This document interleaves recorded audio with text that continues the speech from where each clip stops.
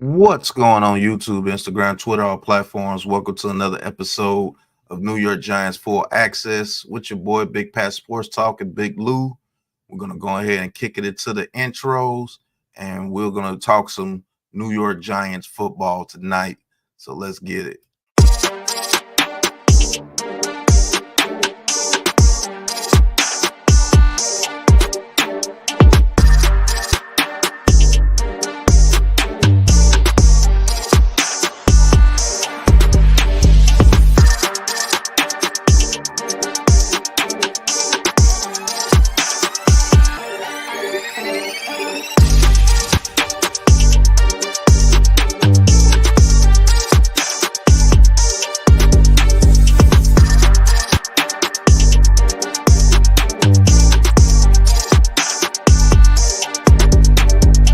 Welcome to the Big Blue Crew Sports Network.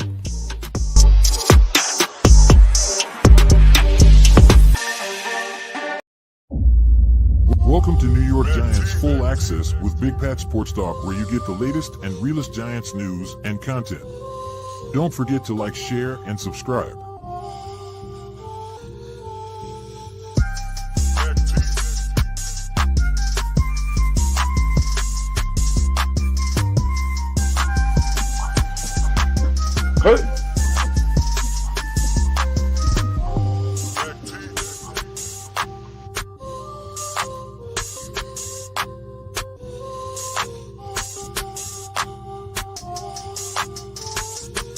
Want to talk your talk with Big Pat Sports Talk and become an official Big Blue Crew member? Hit the join button in the description.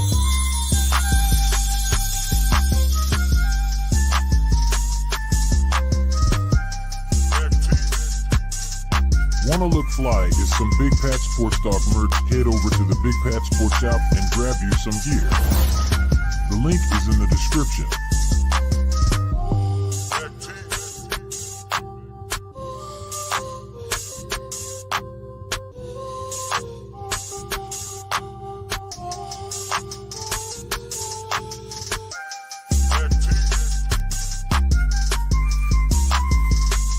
New York Giants Full Access, all Giants, all the time.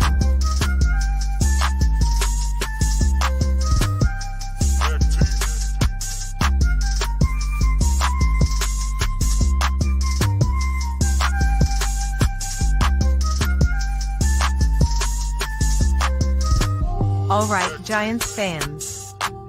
New York Giants Full Access is now live. Enjoy the show.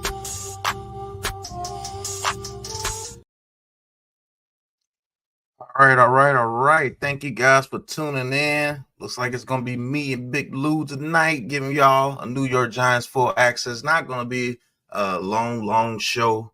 Man, we've been tired, man, doing those 15 hours the other day on Sunday, then going right back and doing the Monday night, and going right back and doing Tuesday night, and go right back here Wednesday night. But we do it for you guys, and we do it for the Big Blue Crew Sports Network. Thank you for everybody that's tuned in. We want to talk about Brian Daboll as a head coach and this team looking like it wants to turn the corner around, turn around the corner from being, the sorry team that everybody predicted us to be, the 3-14 team, 6-11, or 5-12, or 4-13. It's like Daniel Jones is getting back to himself. He's putting up that.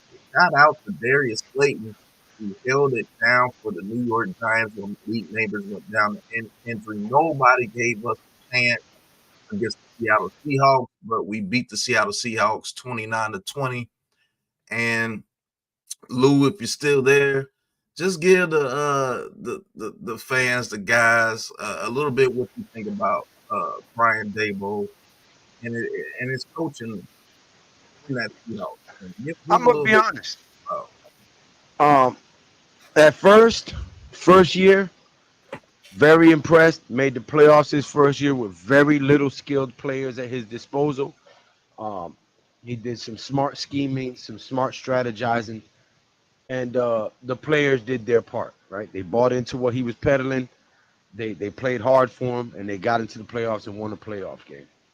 Second year, there was a little bit of a regression, which was to be expected, considering they got rid of a lot of players that they were forced to deal with when they first came in, and they brought in some players that they wanted to try to start building this team for what they want or what their vision is. Last year, you know, with the regression and the injuries, it looks very bad. Looked very bad. Sports analysts, media, everybody, piling on DJ, piling on the team, not really giving the Giants a chance at all. Um, but what me and you have been saying since our time on YouTube together uh, is that we would like to see what DJ could do with an offensive line and Mm-hmm. with some weapons. Facts. A lot of the fan base has given up on DJ way before Daboll got here. A lot of the fan base gave up on him last year. Some guys gave up on him in the preseason game. Some guys gave up on him week one against Minnesota. Um, I'm not a guy who likes to just say that a guy has no talent or is a bust or can't play at this level, because for you to make it to the NFL is hard. You don't just Fact. make it to the NFL. You have to be very fucking good to make it to the NFL. So for people pushing the narrative that DJ sucks, that's just bullshit. Okay. Now, Dable has a reputation of being a quarterback whisperer, so to speak. So a lot of the backlash and heat that has been directed towards him is because they was expecting him to come in here and make DJ Josh Allen or Pat Mahomes after 2 seasons of working with him. Mind you, he had a neck injury and an ACL.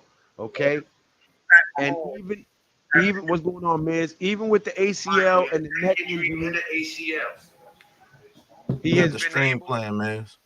he has been able to get DJ to a calm state to where DJ's not panicking. And part of that is thanks to Joe Shane rebuilding this O line.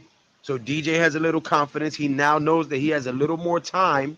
He doesn't have to panic and get the ball off real quick. He can actually settle down, go through his progressions, and find a target, which is beneficial to a young quarterback. True, he's been here 6 years, but he's been through 3 shitty ass regimes and a bunch of different receivers. So he's still a young quarterback, because them leaps that he was supposed to take under a good coach that would have developed him got sidetracked with injuries and bad coaching. So now in year three, we see Daboll starting to open up his playbook, starting to give DJ command of this offense, allowing him to audible and switch into plays that put his players into better position. So while my first initial take of Daboll was kind of I think he's starting to pick up steam. And of course, as a first-time head coach, and Joe Shane is a first-time GM, there's going to be a learning curve. Us older guys who know football and know the game understand that. But this generation doesn't have patience. They don't want to see players get benched and developed. They want to see a starter. They want to see you get drafted and start week one. And that's just not realistic for Be an everybody. all pro, not just start week one. Be an Yeah, all pro week one. But I'm impressed with what Dable has been able to do to keep this team together. They haven't imploded. They haven't been backbiting each other. They haven't been throwing each other under the bus. They've been playing hard for this guy. So something has to be said about the fact that they have bought into whatever he is selling over there. Yeah, that's a fact. When you listen to the sights and sounds, you can tell that they bought into it, and you can tell that they believe in Daniel Jones as well. A lot of people saying, "Oh, this team doesn't want Daniel Jones here." That's just not the fact. When you look at the actual film and footage, they actually believe in Daniel Jones, and one of the people that actually believes in Daniel Jones the most is Dexter Lawrence. He really believes in Daniel Jones, and they go out there and they play their butts off. But before I get into my little soliloquy, what's going on? Daniel Berry, what's going on? Kareem Wilson, what's going on? Wells, what's going on? Kevin Dodgins, he what's going on? He says Daniel Jones needs to be better in the second halves of these games. That is true. That Yeah. is very true. Nimmer, what's going on? What a win. Mets Yeah, the Mets and the Yankees won tonight. That is true. Hey, that Subway Series is looking closer and closer. Chris D he says, "Can we just say f you to anyone who wants to trade Slayton anymore? Can we? Yeah, we need Slayton. Somewhere, Jeff is smiling from ear to ear right now. Yes, he is. All my hairs just stood up as I said that shit.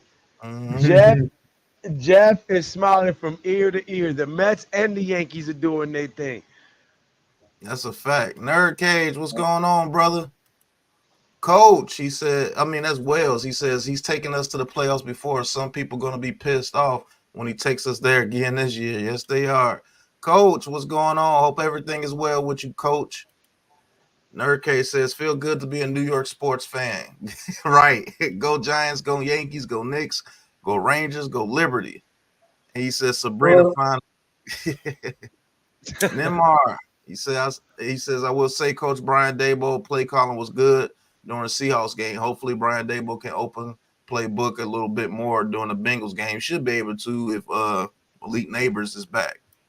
Kareem Wilson says, I say long time DJ fit the team. Yeah, he needed help. Michael Boyd, what's going on? Thank you for tuning in. Ruben, thank you for tuning in. He says Daniel Jones is a top 5 QB. I wouldn't go that far, but he's not as bad as people try to make him out to be. He's top Joseph 7 right now, Rodriguez. so he's not far off. Yeah, as far as stats wise, he's in the top 10 in a lot of categories. So he's doing his thing this year. Joseph Rodriguez, he says, retired in Arizona, loving New York sports right now. Appreciate you for tuning in from Arizona. Hit that like and subscribe button for us, Joe Rodriguez. And shout out to Miz for being live during Hurricane Milton right now with Right. the Bro, BKSN. boy. Fuck a hurricane. I ain't afraid of no hurricane, bro. Brooklyn, son. You heard? Brooklyn, son. Don't play that shit. So, Miz, you've had a lot to say, in the chats and everything. So I want you to talk to us, man, about this whole head coaching thing and the whole Daniel Jones thing, the whole Giants team. Just give us our talk with Miz right here on New York Giants Full Access, man. Just talk your talk for a little bit, man. Tell us what you're thinking right now about this New York Giants team. Let's talk about it. Yeah, man. I love what I'm seeing. I'm excited. It feels different than it has in the last few years. I know 22 was a nice run, but I think we all understood what it really was. I like that. I like what I'm seeing, man. I'm becoming a big fan of Daboll the last few weeks. Maybe when certain fans, not us, but other fans, they're like, oh, I want to cut the whole regime. I want to start all over. These guys suck, yo. That makes a true fan really like suddenly take to the guys even more and want to stand up for the team. And I'm seeing every single game. I'm seeing growth. I'm seeing the Giants are playing better. I'm actually seeing a direction, something I haven't seen in years, and I want to buy into it. I want to believe in it because it's been so bad for so long. Why can't I just be positive for a goddamn minute? I want to get rid of Jones, yo. And I admit, man, I had one foot out the door myself. And you want to know something? I'm a little upset at myself for that because that's not really how I am or how I grew up. I like what I'm seeing Daniel Jones. Yo, I like it. And it bothers people that Daniel Jones right now is playing top 7, top 8 quarterback football in the league, man. And he's a big part of the reason why the Giants are fucking winning. And people, if you're a fan, get on the train and be a fan. Stop being a goddamn house GM. Enough with that shit. Another thing, how can you sit here and tell me that you want to change the regime again for every single 2-3 years? Just look across town once again at the Jets, at what's going on over there. I do not want to be that. I want to have stability. I want to give these guys their 5 years that Mara promised them. Maybe I have a belief that other people don't. I have a belief that Mara cut a deal with these guys when he hired them. You try to make it work with Jones, and if it doesn't work with Jones, then I'll give you an opportunity to go get your quarterback, Brian Daboll. But, it seems to me over time that maybe Daniel Jones is turning into Brian Daboll's quarterback. Did anyone ever think of that? Because, when you look at a team and what's a big part of maybe making a run to a championship one day, is the quarterback and the coach have to be together. And you ain't seen that across town the last 3 weeks. And that's why there was a split 2 days ago. And talk about the Jets. Coach and quarterback was not on the same page, and they grew apart. But I see Daboll and Jones, they're growing together. Listen, man, I don't know what's gonna happen in April, and for one fucking time, I don't want to think about April. I want to think about Sunday night. The Giants come home, play a big time home game on national television, and I want the Giants to put a second win together in a row. And and to me, that would excite this fan base and make us forget about what's gonna happen in the spring. Who cares, bro? And I think it would send a message to the league that this is not that Giants team no more. The defense is playing some of the best in football. And I heard a crazy stat a little while ago. I don't know if it's true or not, Pat. Correct me if I'm wrong. This Giants O-line has only allowed 3 sacks this whole season. Yeah, because they put a couple of the sacks on coverage and the other sacks on Daniel Jones because he tried to scramble and he got sacked. So Still, that but you actually can is, see that both these lines are playing a high level of football, and that's what we haven't had here in a long time. yeah. What we're missing right now as a team is we're missing the guys that get the job done. Your big time players that's supposed to get the job done when they're supposed to get it done. Those drop passes. If we don't have those drop passes, a lot of people are, getting on me about that. Oh, you're blaming the players and everything. No, I'm holding the players accountable when they're supposed to come through for the team when they're supposed to come through. If we get those catches, we're 4-1 team right now. We're a 4-1 team right now. If Malik Neighbors comes up with that big catch against the Washington Commanders, which he was wide open, and Daniel Jones threw the ball to him, we probably win that game, even though we didn't have a kicker. And if we come up with those catches against the Cowboys, we win that game. I'm just gonna say it. They don't want to give blame to anybody but DJ. When these guys don't catch the ball, they don't say, "Oh, they didn't catch the ball. Oh, DJ overthrew him. Oh, DJ throws too hard. Or DJ don't got no touch." Everything is DJ. Like, dude, I can't throw the ball, go run the route, and catch it. I can only do my part. All the other 10 guys on the field with me have to fucking do theirs. And I'm sorry for cursing, but it's ridiculous. It's if you're gonna be that type of person, be that type of person across the board. When Daboll mess up, call Daboll out. When Neighbors mess up, call Neighbors out. When Singletary mess up, call Singletary out. When Gray fumbles, call Gray out.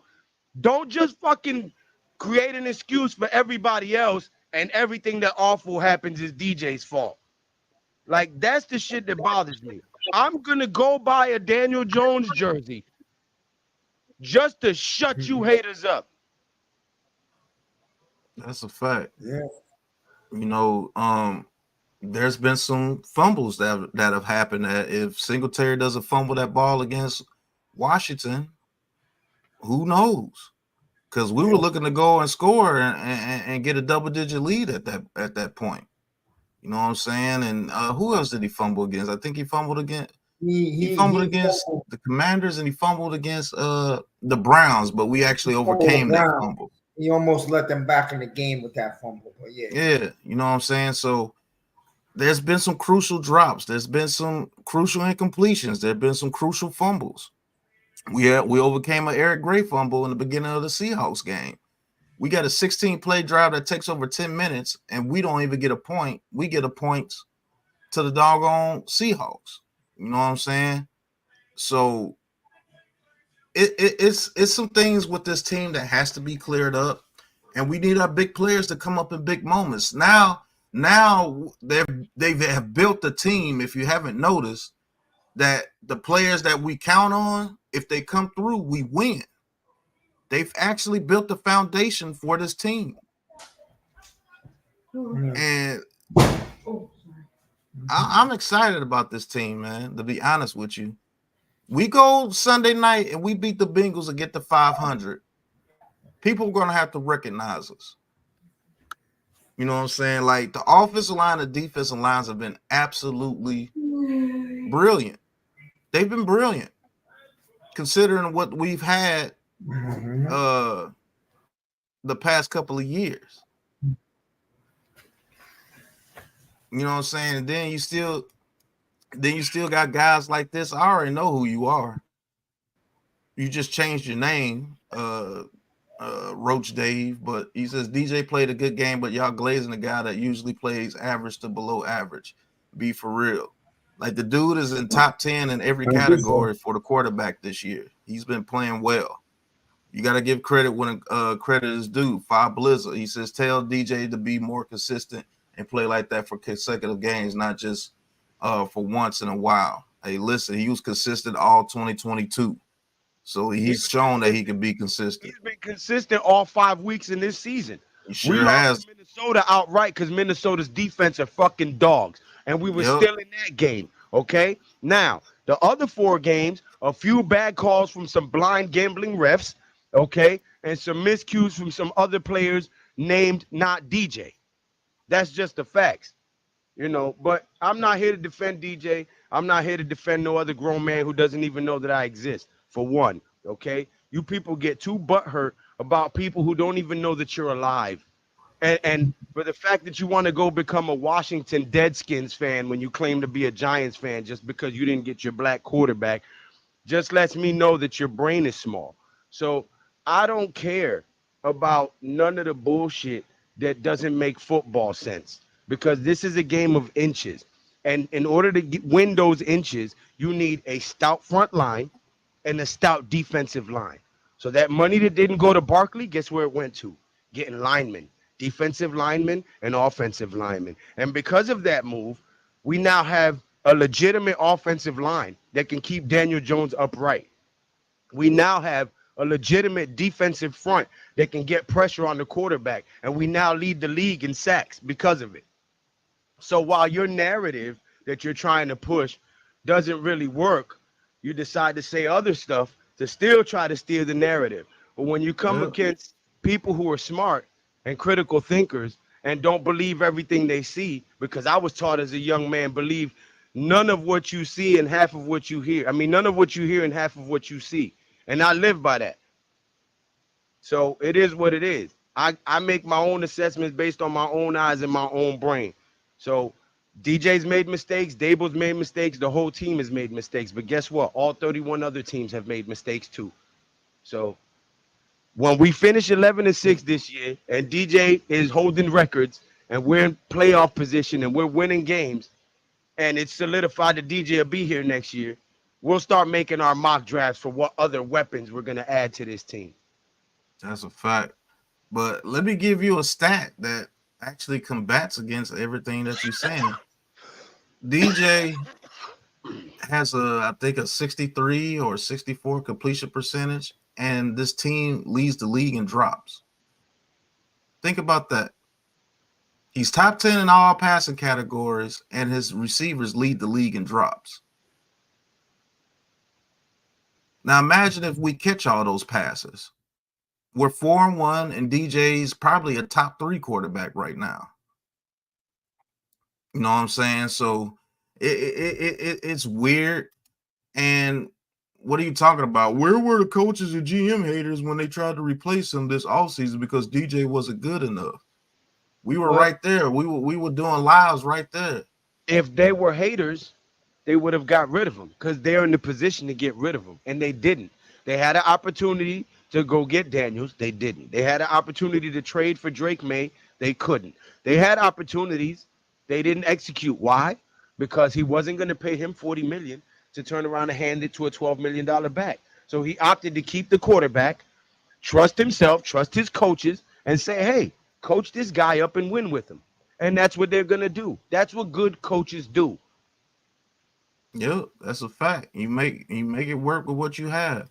And I already know this is you, Roach Dave. So you could come in and try to say all that little dumb stuff that you try to say, but you're a coward. You had to go into another channel, and you can't even come in here with your regular face because My you stuff already know what's is going to happen. none of us have said any ad hominems to you. Okay, Hmm. so look that up. Now, it might be too big for you based on the way you type. Um, Nobody's glazing anybody. When Right. DJ makes a mistake, I say he makes a mistake. When DJ does good, I say he does good. The issue is we won't conform to your narrative. Exactly. And See, we've I know actually how to been on this bully. channel. I used to Yeah, beat the hell out of bullies as a kid, and I will continue to do so for the rest of my life. So when you come in here and say we're glazing because we won't say what you want us to say, that just shows me that you're not intellectually sound. You have no yeah. foundation of real It intellect. just shows your character. But You we have nothing to appreciate it say for about you. this. Yeah, yeah, nothing to say about this team other than DJ. Hey, Tudo with the 4.99 super chat for Lou. He says mucho respeto el veíto de Boricua con muchas platas de todas Chicas. chicas, little people, cool people, and F all ninja losers. Greetings from me and my mates in Italy. What's going on, Tudo? I tried Tudo, but I mean, if the only thing you can think about is DJ, it is what it is. Wales. Well, if you got a channel with over 50 videos, go to your channel and make some DJ hate videos and go join all the other people that Chuck Tudo. that hate DJ for no apparent reason. The kid, he playing elite football? No, but he has similar stats to a lot of those elite quarterbacks that if you you say that are out there. if you go back and watch the draft video when we drafted DJ, I was not happy. I don't own a Daniel Jones jersey still to this day. Okay, I own an Eli Manning jersey. I own a Phil Simms jersey. I own a Jeff Hostetler jersey. They don't fit me no more. I was way little when, but you know what I mean. I don't own a Daniel Jones jersey. So nobody's glazing nobody. But as long as you wear that NY and that blue, I'm gonna cheer for Fact. you to win. I'm not gonna talk junk about you because you're on my fucking team. How does it make me look to talk shit about a person that I want to go see play? This is my team. I go watch my team play and hope they win. Why am I gonna sit here and bash a guy who plays for the team I cheer for? That makes me look like an idiot. That's what you guys don't understand. I'm a Giants fan, but I'm gonna sit here and make content bashing the Giants. Doesn't make sense. Doesn't make sense at all. We were literally on this channel right before the Seattle game say if Daniel Jones comes out and doesn't have a good game, he may be benched. It's over. Yeah. We were literally just saying that. And that holds true. He could go against the Bengals and then the Eagles right after that have two stinkers, and he's right back in the same position that he was. You know what I'm saying? So I mean, it is what it is. You can be a fan of critical of players. You guys are you guys that just hate DJ are ignorant, bro. It's a level We're above not being even gonna let critical. him derail the conversation. Yeah, Dable is doing a good job. This video is right. about Dable. So, Mr. Solving the race problem, I'm glad that you're trying to solve the race problem. Here, let me give you a pointer on how to solve it. I'm just gonna call you a man, not a black man. And you just gonna call me a man, not a Latino. And we can start from there. We can just be men, and we can agree to disagree without calling each other names, without resorting to ad hominems or four-letter words, or debasing ourselves and acting like we're baboons when we can use our higher intellect and agree to disagree and have a great conversation. How about we try that? Now, I'd like to get back to talking about Brian Daboll and the masterful play calling that he pulled out against Seattle, missing his number one wide receiver. And I'm actually gonna do a mini film review, so you might learn something. Right. Oh, that Italian plate, man. That plate gone, bro. I had that spaghetti earlier. Man, that spaghetti was off the chain, too, though. But like I said, it's probably nowhere near as good as the authentic Italian restaurants that you be talking about. Um, but Brian Daboll actually called a very good game against the Seattle Seahawks.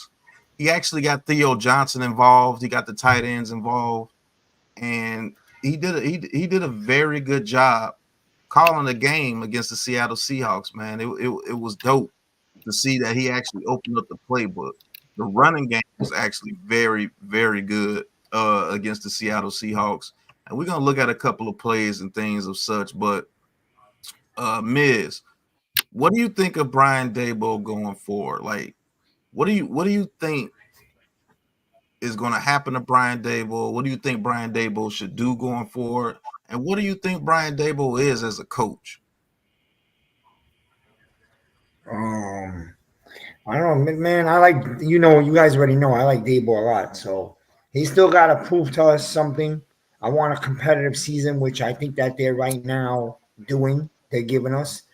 But I think like the number one thing, he works with quarterbacks, so I give him credit for how Jones is playing right now. Not just him, because Jones works hard and he busted his ass to come back. So you can't take that away from him too.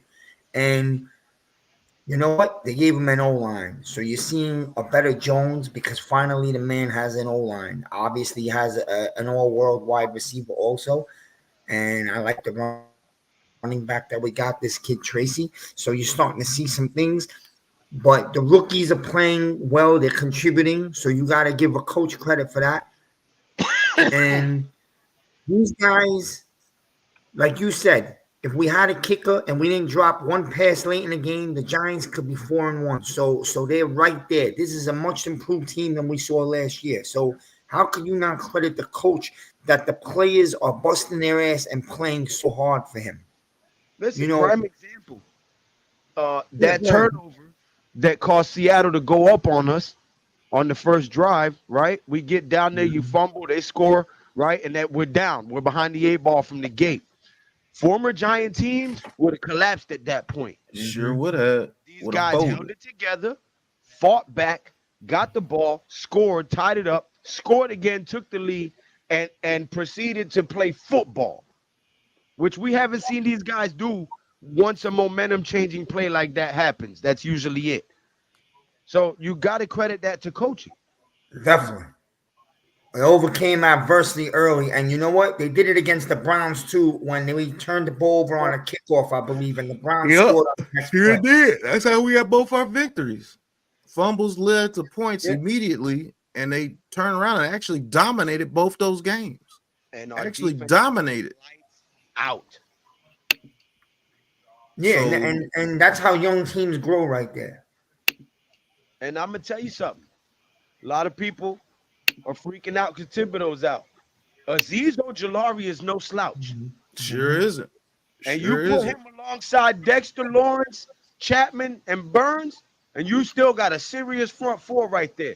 So I don't know why people is bugging, because he actually had a higher win rate than Thibodeau does. He just has an injury problem. That's been his Achilles. He hasn't been able to stay healthy for a full season. But when he's out there, he makes an impact. By the way, give a credit to the O-line coach. Give credit to the defensive coordinator. And Daboll doesn't seem to have to worry that one of the coaches on the team is throwing him under the bus. They seem like they're working pretty well together. Yeah. I mean, go ahead, Mets. With that game in Seattle, I'm going to be blunt. I was not expecting the Giants to pull off that win, but I'm happy they did. That said, on paper, we've got an easy one coming up against Cincinnati, but this is not a team we should take lightly, even with the amount of mess-ups and botches the Bengals have had this year. Burrow tends to get better when he's starting in a hole after the first 5 games, so to speak. Well, he's in the hole, but let's see if he can dig himself out after we bury him. We're not going to let him dig himself out the hole on us. We're going to throw 6 feet of dirt on his ass. Yeah, we got to. We have to. Some news out there. Thibodeau is expected to be back. I heard. Yeah, Thibodeau is expected to be back after the bye week. So they came on out and said it, for at least 2 months. Yeah, because I was like, there's no way he's going to be back in 4 weeks if his job is to push 300-pound linemen around and he just had wrist surgery. There's no way he's going to be effective in 4 weeks. That's stupid. So we're going to have to depend on Azeez, man. We're going to have to depend on Azeez to get that pressure. to go in there and play with his hair on fire like he has been this whole season. When he's got in there, he's actually been pretty productive. So me personally, I think we're gonna have to blitz a little bit more, and this may open it up for Isaiah Simmons a little bit more. Maybe we get Isaiah Simmons on the field a little bit more and bring some pressure off the edge with him. So we'll see. My, Right. what We have to worries see if me, somebody like Boogie Basham can step up. You know what I'm saying? So Man. and maybe so, but what's gonna concern me is that Neighbors is back. Offensively, the question boils down to, will Daboll narrow the playbook again? Because if you look at the first 4 weeks, what have you smelled? Nepotism. Get the ball to Neighbors at any and all costs. that's a fact. But I will say this: if he opens up this playbook and Neighbors is in there and he continues to call the plays like he did against Seattle, we're gonna have an explosive offense as long as DJ delivers the ball. In his defense, Hyatt hasn't done much to prove that he's earned the rock. Okay. Singletary has had fumble issues. Theo Johnson has been dropping the ball. So the only reliable guys have been Wandale Robinson and Neighbors. Now, given the fact that Neighbors missed this game, these guys had to step up and prove their worth. A few of Yep. them made some plays that impacted the game and helped us to win. Now that should create some comfort and some reliability between Jones and those said receivers and players, right? And that should give Daboll more confidence to spread the ball around and trust these guys a little more, which I think is the recipe for success. I said it before the game with the Seahawks. I said this is the chance for DJ to put this team on his back, spread the ball around without your number one receiver and without a Saquon Barkley, and go get that dub. And that's what they did. So I believe that you continue that recipe and just factor Neighbors into it, and that's how you win moving forward. I think that's how you get dominant, to be honest with you, because if we open up the offense like we did against the Seahawks with Neighbors in there, oh man, those routes that Hyatt was running, those are the routes Neighbors was going to be running. And man, Slayton I'm can deal excited, with the press. bro. Yeah, Slayton can deal with the press, man, way better than Hyatt. So Yeah, I would put Slayton out there until he gives me a reason not to. He's continued to be dependable. Neighbors as well, Wandale Robinson as well. That is your 1, 2, and 3 receiver, in my opinion.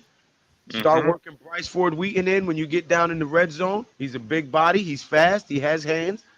You know, Theo Johnson, Bellinger. You got these. You can go into 11 and 12 personnel when that field gets short and use these big targets and make them go high point the ball.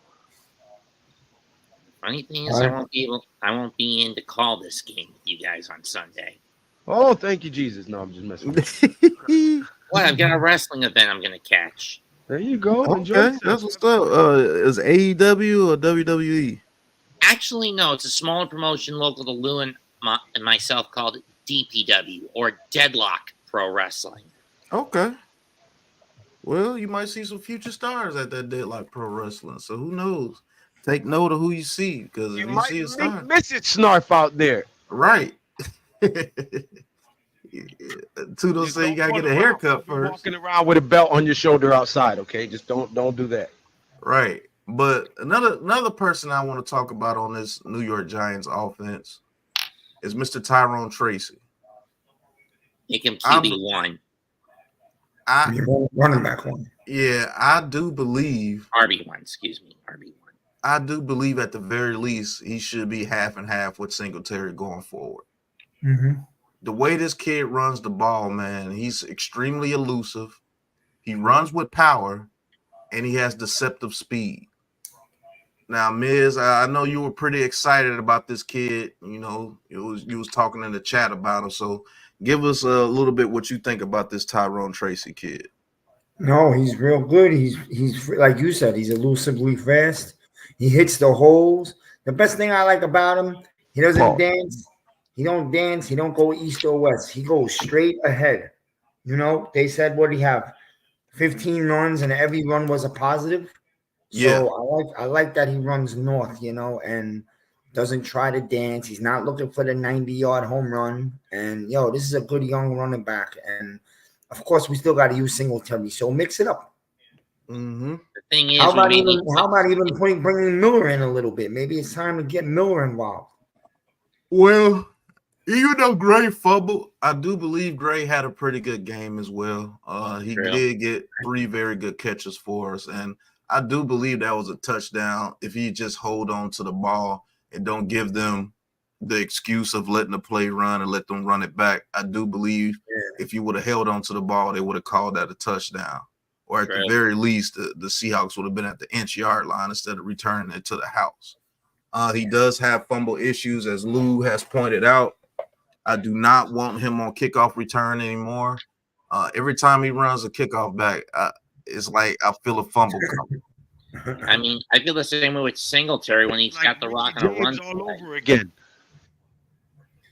Here's a problem. Here's a problem with Singletary, man. Singletary been in the league what, 7 years? Yes. So you're a veteran running back in the league 7 years, and you still don't know that you're supposed to switch the ball to the arm that's closest to the sideline. He still doesn't do that. That's a problem. Makes him such a butterfingers. I'm gonna be honest. I'm gonna be honest. In my opinion, it should be Tyrone Tracy, Gray, and Miller. Now, Gray can have that coached up, like Miz just alluded to. Singletary has been in the league for 7 years, and he's still making first and second year mistakes. Gray is in his second year. He can get that stuff coached out and develop. Miller is undrafted. He can have that stuff coached up. And Tyrone Tracy is a sensational running back already. Former wide receiver that converted to running back. He's elusive. He can cut. He can jump cut. He has good vision. You coach these guys up, and you run with them 3 guys as your 1, 2, 3 punch. You try to work Singletary on a trade or something, and get another cornerback in here.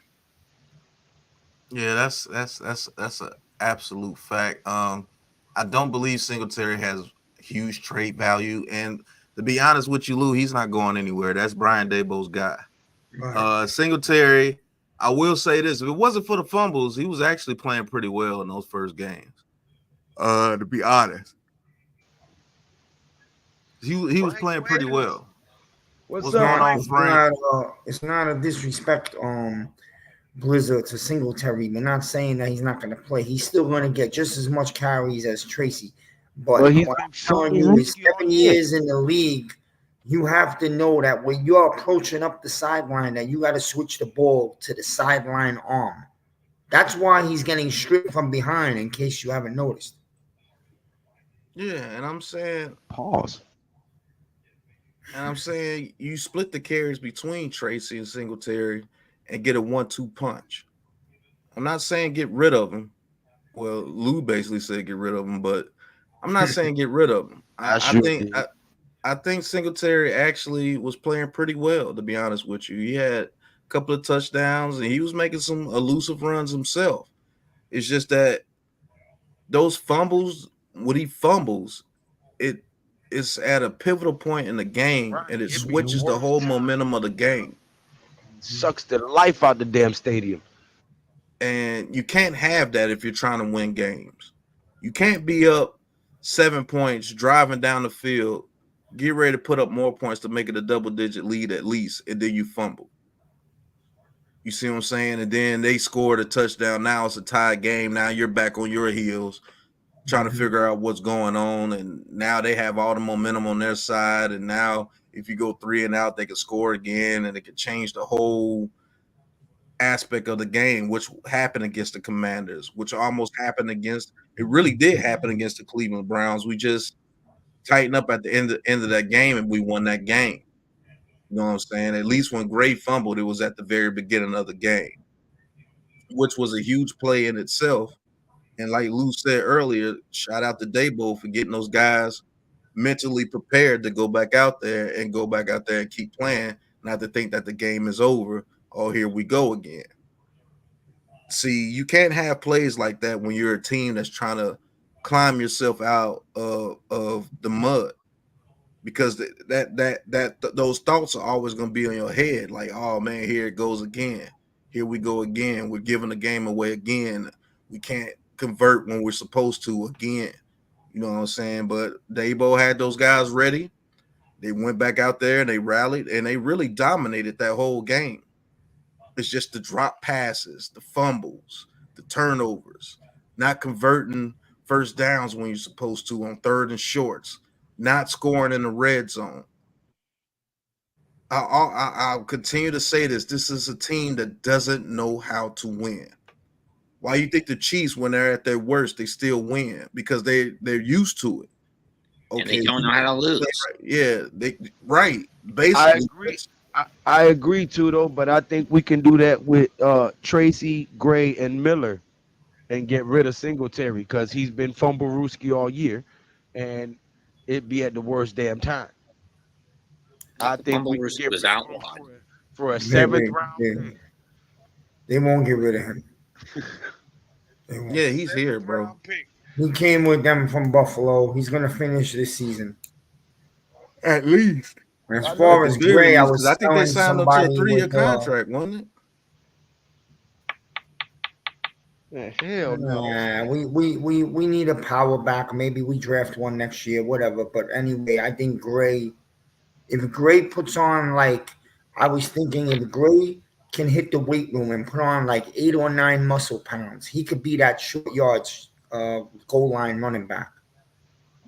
You got to put on a little muscle so he could be like a little bowling ball, you know, Pat? Yep, Miller. like how No, Gray. Bradshaw was. Yeah. Yeah, but Gray got to learn to hold on to the ball. He played much better though, but he got to hold on to the ball. Yeah, that's a Under fact. that, him and Devin need to stick them on their gloves. Nah, they did good with Like it. that. I'm not gonna talk shit about them catching passes out the backfield. I meant with running.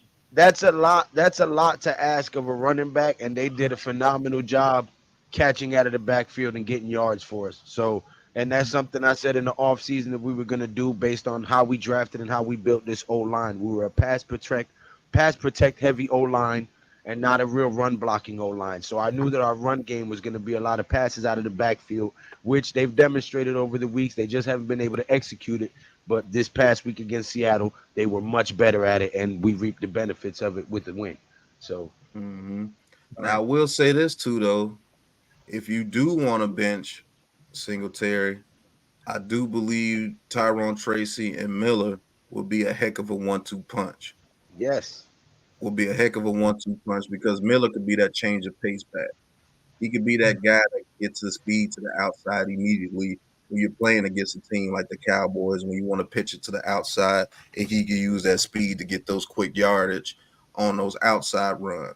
And then, DJ comes into play with that. The RPO game comes into play with that.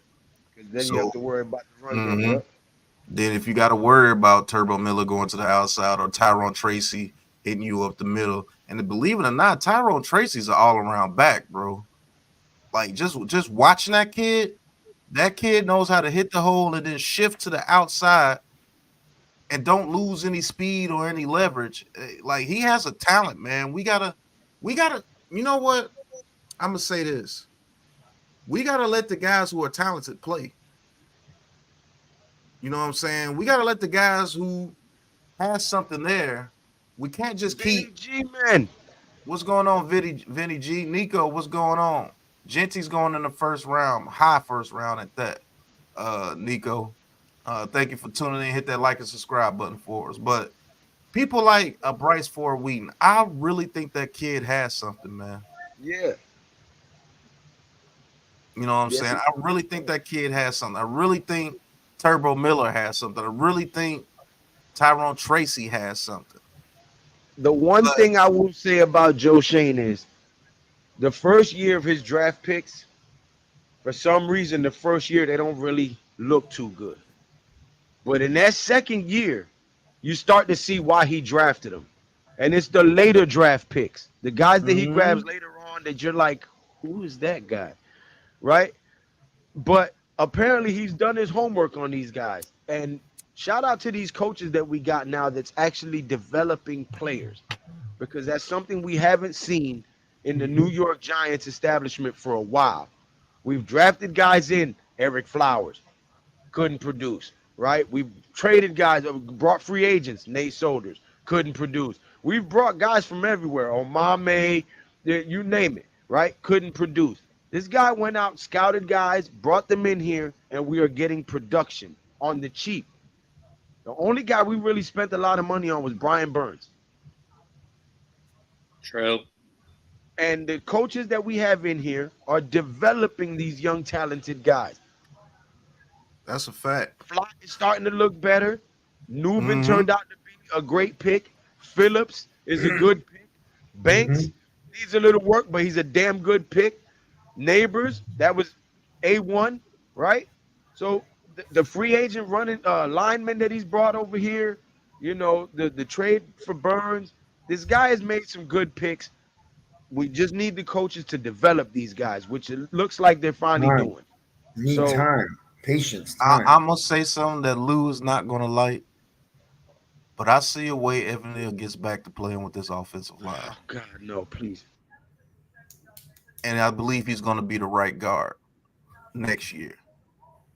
Van Roden is the weakest link on this offensive line, Goodbye. and he's not a weak link. He's just the weakest link of the strong links that's on the strong link chain that's on this offensive line. Illuminor has been everything that you wanted him to be and more at that right tackle position. Evan Neal will never play right tackle for the Giants again unless Illuminor gets hurt. And Thomas ain't going nowhere. So the only Thomas is spot everything that you want him to be. the only spot that they could slot him in is at that right guard. John Ryan is playing very good football. John Michael Schmitz is being developed. Schmidt. Carmen Brasillo, shout out to him, man. He might be doing the best coaching job out of the assistant coaches. That's for In sure. all honesty, this man Yeah. literally turned this offensive line from one of the worst in NFL history. Now, although we did get a couple of new players, he's turned us into one of the better pass blocking offensive lines in the league. Top 5 right now. And look, That's a complete 180. what was we saying the whole offseason? If this O line could be just run of the mill, maybe ranked 19th to 15th O line, we can do some damage. Yeah. It's better than that. It's better than that. So Top I 10. want to see points. I want to see 35 points, 30 to 35 points a game, because I know we can do it. Yeah, you I crazy. know we can do it. I know we can do it. You got We ain't getting- Neighbors, Wandale Robinson, and Slayton. Now Theo Johnson, Tyrone Tracy. You got guys you can throw the ball to, and you got a pass protecting O line. If Daboll opens up this playbook, I'm telling you, Miz, everybody's laughing at me on the 11-6 and the greatest show on turf shit. Oh, yeah, you. We have the players in the building to be a lights out, flashy, phenomenal team. He just needs to get creative with the playbook. Yep. I think Brian It takes Daboll time is also. Takes time. Taj. What's going on, Taj? I think Brian Daboll is just saying fuck it right now. As far as the play calling, he in that Seattle game, he didn't baby Daniel Jones at all. He didn't baby Daniel Jones at all in that Seattle play calling, and that was without Neighbors on the field. True. So No, listen, you can't just go from garbage to like, I'm going to score 35 a game in 1 week. It just, you see what he's doing. Each week, as they they're grow getting in better each chemistry, week. Yeah. he's adding something in each week or 2 things in. You know what I mean? Like, bring them along gradually. You know, I think it's the right way. And I think he's getting a little bit more trust in Theo Johnson, and it's the reason why he's letting him play a little bit more. And to be honest with you, we're gonna get into the last segment of the show. We're gonna look at a little film. We're gonna look at a little film. Hold on. I'm gonna say one thing though, Pat. Yeah. I do think that if they did listen, after what I saw last week, I'm not trading Slayton. So he's too No, important. you So can't here's trade the Slayton. thing. The guy I trade, if the Chiefs want to give us something decent, is Hyatt, because I think Hyatt's not fitting into this puzzle. Yeah, I think it's something about Hyatt, man, that they can't translate to the field. You know what I'm saying? It's something about him, but we're gonna get into see how Daboll did open up this playbook. As you can see here, got a 3 receiver set, Tracy in the backfield. To the right. So this man coverage, play action. Now you see how we snuck Theo Johnson out right there? Yes. We need to do that a whole lot more, bro. Yes. Yes. We need to do that a whole lot more. This is simple as shit, but he's a talented guy. Mm-hmm. So when you have that there,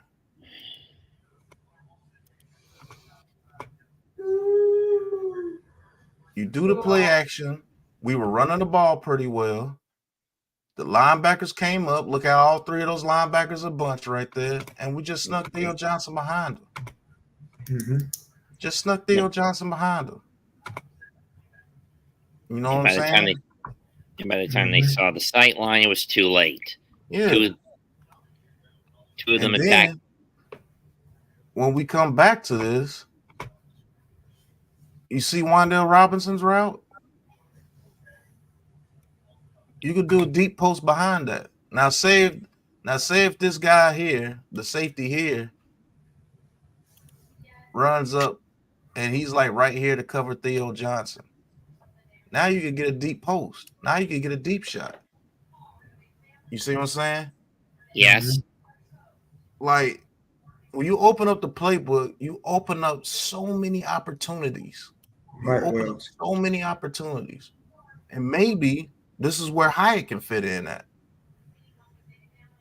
You know, we'll talk about it after. I think there's problems with Hyatt that a lot of us as fans don't see at home. Yeah, I think there are problems with Hyatt. But let's just say we could run a trip set out of this. Run a trips. Have Wandale Robinson a little stagnant here. We be in the shotgun. Have Johnson in line. Have Robinson right here. Hyatt right here. Slayton down here. Neighbors up here. You could run the same route concept out of that. Have Theo Johnson do this. Have Wandale Robinson do like a little stunt route here, do it to the inside. Then you have Hyatt do the deep post, and then you have comebacks on the outside. You know what I'm saying? You could do that. And then you can have Tyrone Tracy or whoever's in there just do a little flat route right here to make this linebacker go out there with him. You know what I'm saying? You could do things like that. And that's where Hyatt could come into play.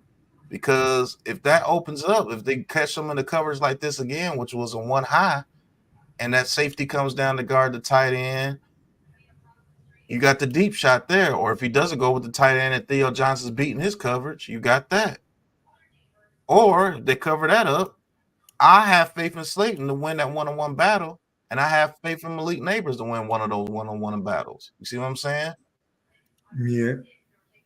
Like, this team can be deadly, like Lou said, bro. I know a lot of people, a lot of people laugh about him saying, greatest show on turf, Big Blue edition, but it can happen, man. It definitely can happen. I'm gonna be honest with you. If Kafka was to drop some pass plays for the New York Giants like he did for the Chiefs, we can do it. Yeah.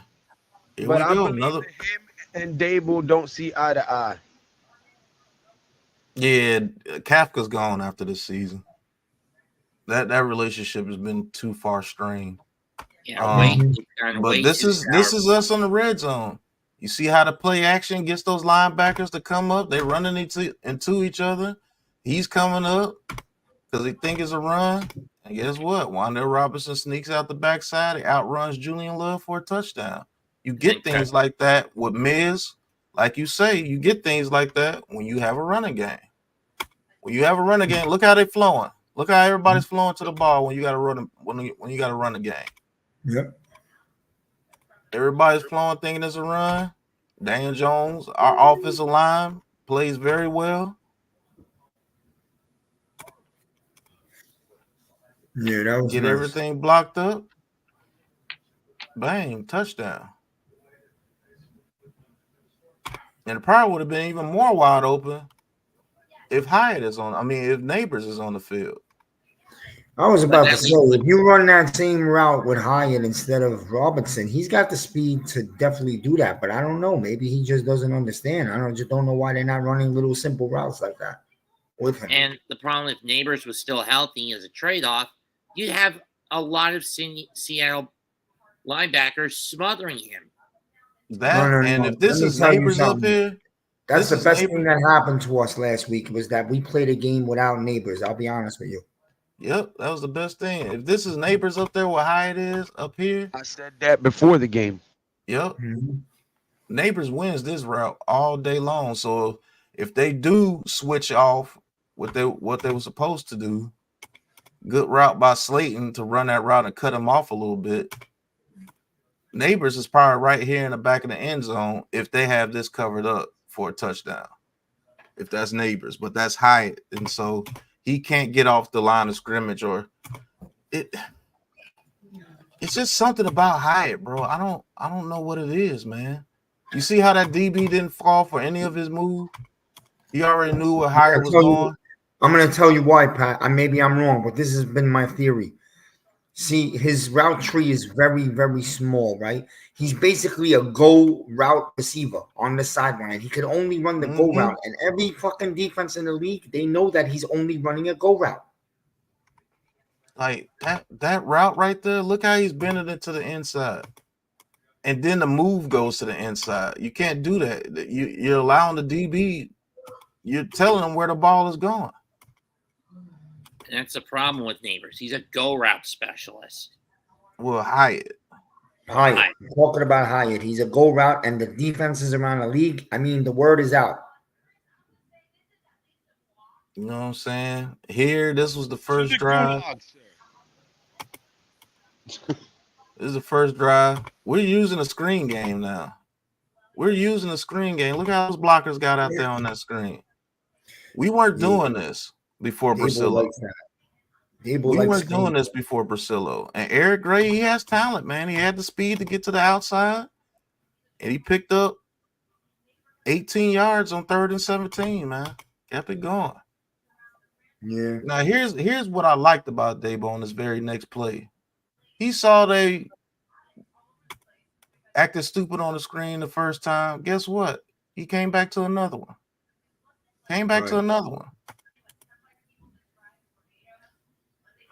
Good job right there by John Michael Smith to get down there. He fell, but he still got a block.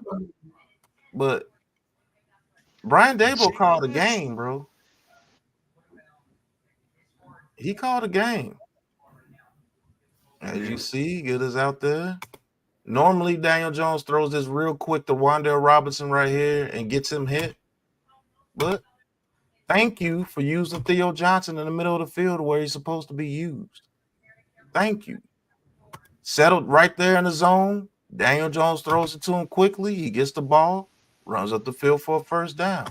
Another point of interest with this is Dable now has confidence in his O line to where he Yes. can actually open the playbook because he has not been able to get into his bag in play calling because Daniel Jones had a second and a half to 2 seconds before somebody was breathing down his throat or he was on the ground. So now that he actually has some pass protection, he can call some plays that'll give these guys some time to develop their routes to develop so that DJ can get the ball out there. Now, right Yep. here, they caught him in a zone, so that's why you see two dudes doing two stick routes right here. That's Hodgins and Theo Johnson. So they pick which window they're gonna go into, and they settle down and they get the ball to him. Very good play to catch them in a blitz zone right there.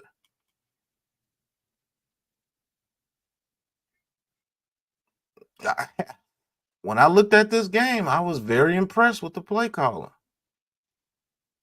Now, right here, as you can see,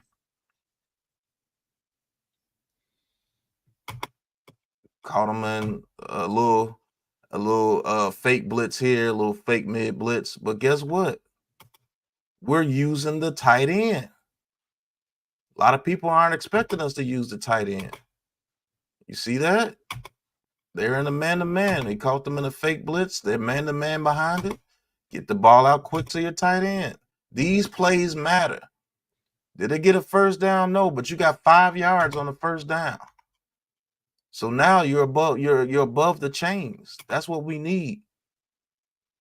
Had 5 people going to, you know how many times we had 5 people going into routes? Hardly none, because we were so worried about our offensive line giving up everything that we didn't even have 5 people going routes. So since you have 5 people going on the routes on a fake blitz, Yeah, everybody wanted to call Daniel Jones a one-read quarterback, but you yeah, only got time to make it to your first read before you get killed. that's So an absolute fact. That's an absolute fact. So guess what? If they line up to where they got the trip good side evening, covered, Mr. Waiters. what's going on, Frank? They got the trip side covered. Daniel Jones will come right back here to Tyrone Tracy. You see how wide open Tyrone Tracy is? He could catch that slant. And I'm taking Tyrone Tracy one-on-one every time. And if he makes that dude miss, Tyrone Tracy gets some yards. And this is without neighbors on the field. So imagine what plays like this will look like when neighbors on the field when he's getting so much attention.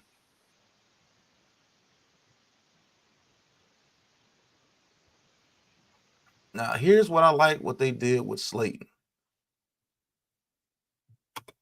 Okay, you don't want to send a blitz. Use Slayton on those quick slant routes. Slayton actually runs those quick slant routes pretty doggone good. Beats the press, gets inside, wins on his route, catches the ball, gets another first down. Mm-hmm. I like Slayton on his slant routes, man.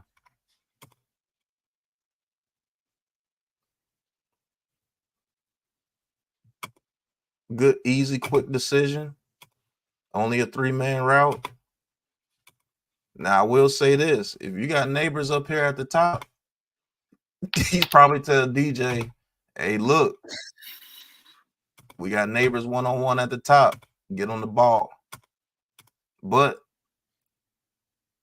like Lou said, we had to play real football today. Mm-hmm. Especially when you consider that for the last decade or so, we've had O-line as consistent as ocean waves, receivers who can't catch, a quarterback who can't really throw. Now, another thing that I like is you have Wan'Dale Robinson in the backfield like a running back, and you let him go out there. You have to pay attention to Wan'Dale Robinson right here. You don't want Wan'Dale Robinson getting the ball in space like this. But that would be on the right end, right? Mm-hmm. Now, okay. Jermaine Illuminor right here. You can say that he got beat right there, but he's playing well enough to where if he does get beat, he's able to wash him out and allows DJ to step up in the pocket. Miz, if you're still there, I know you appreciate this right here with the offensive line. Look at that. Yeah. That wall right there allows Daniel Jones to step up. Daniel Jones didn't have that. Nope. Daniel Jones last year, a Seattle Seahawks dude would have been right here, and this play would have been ruined. But he has a wall to step up into, steps up, finds Eric Gray. This guy has no choice but to stay right here. Because if he starts running towards Eric Gray before Daniel Jones releases this ball, he's going to throw it to Wan'Dale Robinson with nothing but space out there. Yep. Plus, Wan'Dale would have had an extra blocker going into the end zone. And Eric Gray gets it to the 5-yard line, but we know what happens after that. He fumbles, and the Seahawks actually get the touchdown, unfortunately. But that first drive was masterful. Yep. All right, right here. Now, Hyatt actually wins at the top, but guess what? Daniel Jones knows Slayton. He knows Slayton. He's going to throw that ball to Slayton every time if it's not Malik Neighbors. Damn good throw right here. Yeah, but not Slayton. He'll go to He Wanda. can't throw the deep ball. He's going to throw to Slayton. Good hand fighting by Slayton to get himself a little bit of space. Bang, right there on the That was a sideline and got 2 50-yard feet. pass. That was a And 50-yard pass in the air, yep. but he can't throw the deep ball. But this play here has plenty of potential because we have blocking. He's at the 15, and he launches it. And it's Yeah, caught at the that's 40. 47 yards. That's at the 35. That's 47 yards. Easily. And he had more than enough strength to throw that even deeper. But you see how we have options right now because the offensive line is blocking and it gives Yep. Daniel Jones a chance to get the ball deep. Mm-hmm. And he looked it off too, Lou. He looked it off. And there's nobody in the backfield in his face. That's amazing. So true. Right. He held the safety over there with Hyatt. Julian Love turns his back to Darius Slayton, so it opens up the deep pass to Darius Slayton. Looks like we're getting game 5 on Friday night. Looks like I'm going to do game 5 on Friday night. They called a penalty on Slayton right there, which is ridiculous. The taunting you can penalty see after he here- caught it. As you can see here, Daniel Jones under pressure. Look at that. Is that Daniel Jones making a play? Mm-hmm. Gets away from him, steps back, steps up, gets then out the takes off. pocket. But there's nobody over here. See, nobody over here for him to make a play right now. So it was only on purpose. Unfortunately, it wasn't. All the routes. Now, I did not like the route concept here, but as you can see, Hyatt was held. So that's what Hyatt can do. He can draw some penalties with his speed. He was held. He was held right there. Mm-hmm. So what they were trying to do, if the pressure wasn't there, Wandale Robinson was open. Hey, ref. Like, come on, ref. Yeah. Wandale Robinson actually got open. He caught them in the zone. If Daniel Jones had the original pockets that he usually gets, Manhurts gave up the pressure from the get-go. You see what Manhurts did? He went too far to the inside. He turned. Yeah, he turned. He let himself get turned. He's supposed to. If Manhurts, oh man, this was a big play. If Manhurts blocks him the way he's supposed to block him, Tyrone Tracy came up, got that block right there. If Daniel Jones able to stand there like this, guess what's going to happen? If Daniel Jones is able to stand there about another second, look how wide open Wandale Robinson got. All he had to do was throw that ball right here because this safety ain't making it over there. No, he ain't. And he throws that on the line, throws it from here, and gets it the ball right there. That's a big play. It's a huge play. I hope y'all appreciating what you get here with the Big Blue Crew. Now, Daniel Jones, you would want Daniel Jones to scramble and keep his eyes up right here, Lou, and still throw that ball to Wandale Robinson on the road. Now the DJ haters, you can come in and you can say that if you want to keep the hate going. But Daniel Jones actually made a play here, avoided not 1 sack, but 2 sacks. Gets up in the pocket. You want him to keep his eyes downfield and throw that ball to Wandale Robinson right there on the edge. Keep his eyes up and throw that ball on the rope right here. It's a first down, easily. But we had the first down anyway. He scrambles out the pocket, doesn't see anything, and takes a wallop right here. You don't want to see Daniel Jones get hit like that too many times. No. That's my only knock on Daboll. He runs Daniel Jones into some awkward runs that get him hit hard. That's the one thing I'd like to see him change. Yeah, I would like to see him take less hits. That's a fact, Lou. Yeah, I mean, Jones has had what? 2 neck surgeries, ACL surgery, Nah, he's never had a neck Still doing surgery. it. Okay, He's never two had a neck neck surgeries surgery. have kept him out for Yeah. length of time. Plus ACL surgery. All right. I don't want So him to go in concussion protocol. We're gonna this is finish up this film review soon so we can get out of here. It's late and we gotta right. work. All right. So this is what I love about this play. You put Wandale Robinson in motion. It shows that it's man to man already because he's traveling with Wandale Robinson. I love this play right here because we used our speed to our advantage.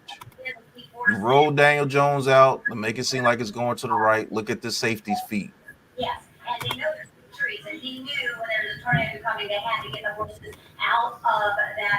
Who got that noise in the background? Is that Miz? I think it's Miz, not me. You see Slayton come open already? You got to use plays like this with our speed. You see what I'm saying? Like, I've been asking them to do this play for the longest, bro. And Daniel Jones throws another deep pass, Lou, on the money. On the money. On the But money. throw the deep ball. But look how this play was ran, Lou. You got this coming over right here. You got this going right here. Crossing You route. got Wandale Robinson doing wheel route. And it confused. You only have 3 people really out on routes. But this safety right here is reading Daniel Jones. So with him Got the reading play Daniel action right Jones, here. yeah, the play action right here. And what I loved about them doing this play action, they rolled Daniel Jones to his right. And that roll to the right gets his feet moving towards the right. You see what I'm saying? Yep. And now that safety's dead. He can't do anything. Because he's running the opposite direction of the play. Yep. Yep. That's And what Shermer was good at getting out of DJ. Facts. Facts. That's what I was going to get to. Nobody staying with Slayton on a route like this. Nobody. I don't care who you are. He's too fast. He's way too fast. And then this is what Hyatt on the field. Imagine this was Malik Neighbors. This safety probably been running towards this way. You see what I'm saying? Or say if you got Malik Neighbors on the wheel route right here. Well, either way, they gotta run. They gotta run that way anyway because all 3 of our receivers are fast. Right. So you got to give them over the top help once they get to that point of the field. And when you got 2 of them like that, you got to make a business decision. Which one am I going with?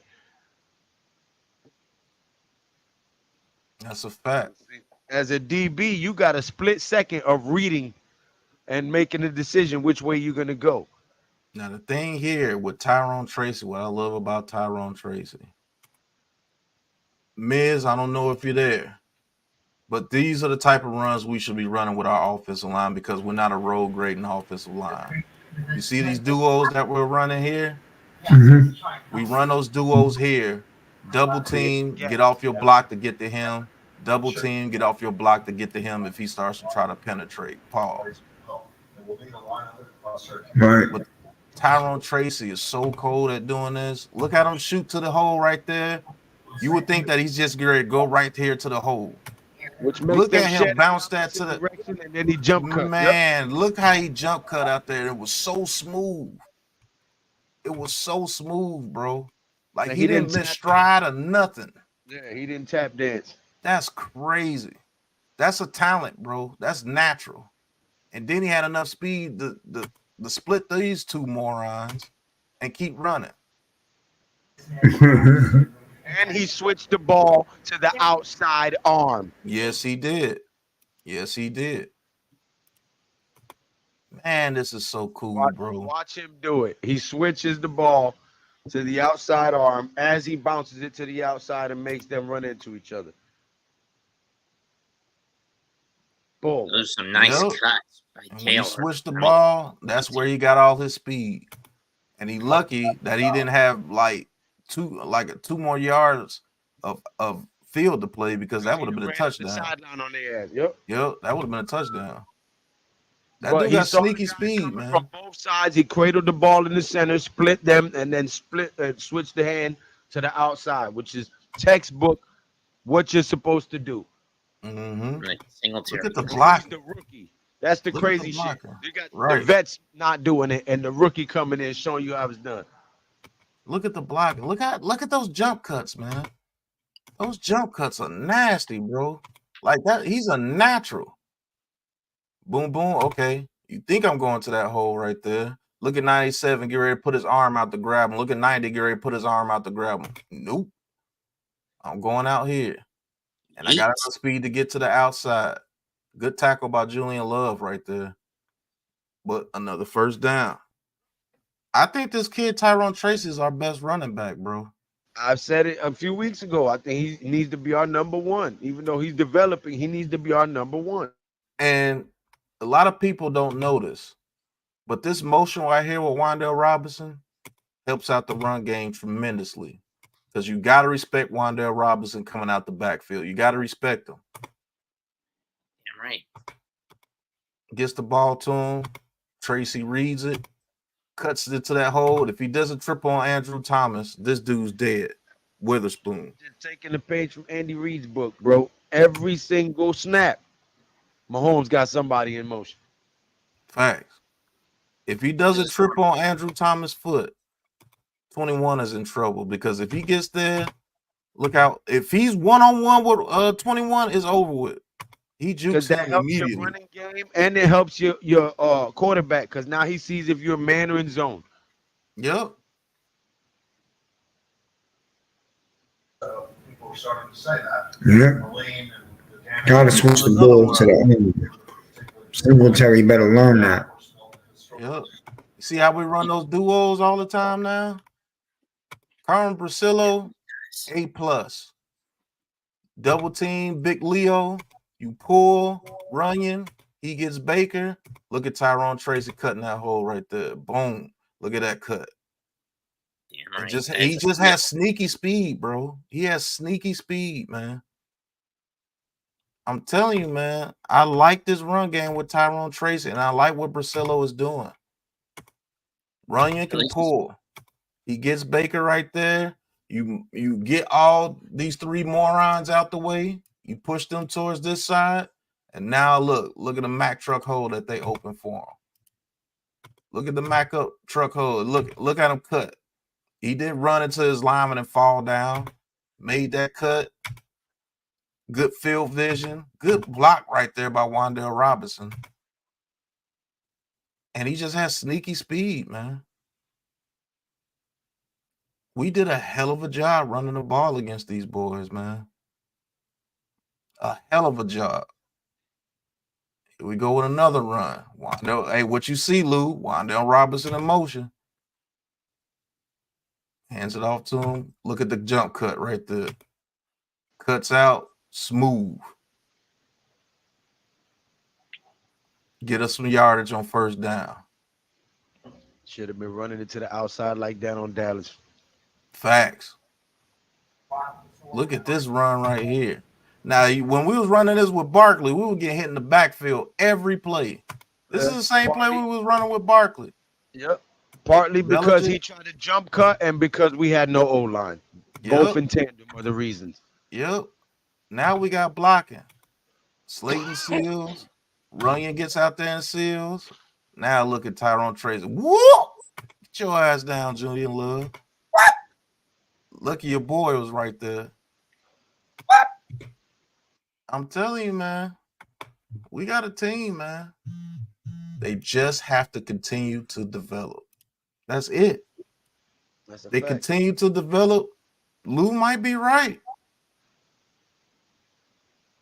What's going on, Dash? Thank Nobody you for wants tuning to in. listen to the Puerto Rican guy, because they think Puerto Ricans just know boxing. No, I know football too, son. You know what I'm saying? And speaking of which, the Usyk and Fury fight rematch is on December 21st, 2024. So stay tuned for that leather to the face because it's going to be a banger. Good one. That one's going to be a good one. But, fellas, what do you think about this Giants team moving forward, and then we're going to get out of here, man? Lose a Celtics. 11-6, baby. Believe. 17-14. Believe it, and it will happen. Win Sunday night. One week at a time. Right now, that would be perfect. One game at a time, one round at a time, one punch at a One time. step, one flesh, one breath, one Yeah. step, one flesh, one breath. Little Bulldozer Kayvon won't be back till after the bye week at the very earliest. Yeah, well, week 12 at best. At It's worst, never not been in effect, Dash. What is you talking about? Go cop But you the merch. Go to G Nation Sports Shop and cop a shirt. Support the cause, Dash. Don't be a ninja watcher, you heard? facts, I mean, but I'm gonna definitely see what we do against this Bengals team. and we I got think we could go out there and beat this Bengals team We down. gonna kick their ass. Yes, we are. Yes, we are. Listen, they went up for a game of skin the cat. people underestimate that win. We went into hostile territory against the 12th man, okay, against a contender team, a team that's a contender, okay, and beat them without our star wide receiver and with a questionable secondary. We went in there and took their cookies, bro. We took they Twix, we took they Snickers, we took their cupcakes, we took their ramen noodles, son. You know what I'm saying? We ran up in their house. Those who know. You know what I'm saying? And that was a turning point. That gave this team confidence. That was the win we needed to look at the man next to you and say, hey, man, we can do this shit. We belong here. You know what I'm saying? It just takes a win. Sometimes it And just takes next one win. They're going to come out here Sunday night on prime time and show everybody. They're going to put the NFL on notice. We're back. Yeah. Sometimes it takes one win. And if they go out there and they can beat up on the Bengals, this team will have a whole new outlook on life, to be honest with you. Because now they know, hey, we can compete with anybody. We're going to go out here and we can smash anybody as long as we go out there and do what we're supposed to do.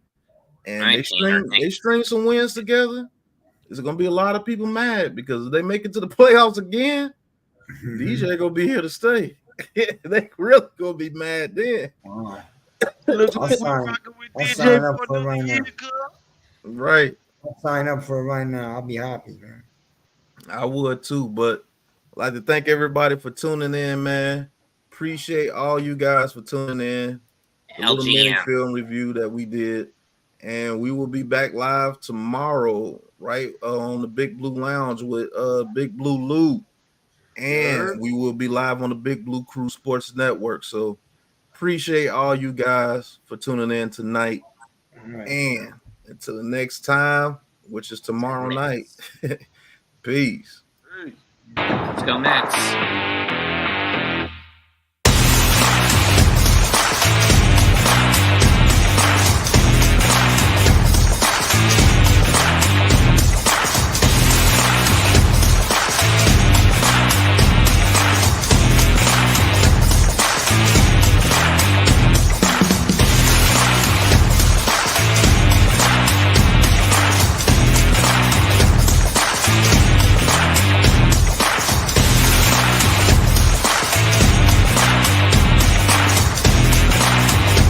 This has been a Big Blue Crew Sports Network production.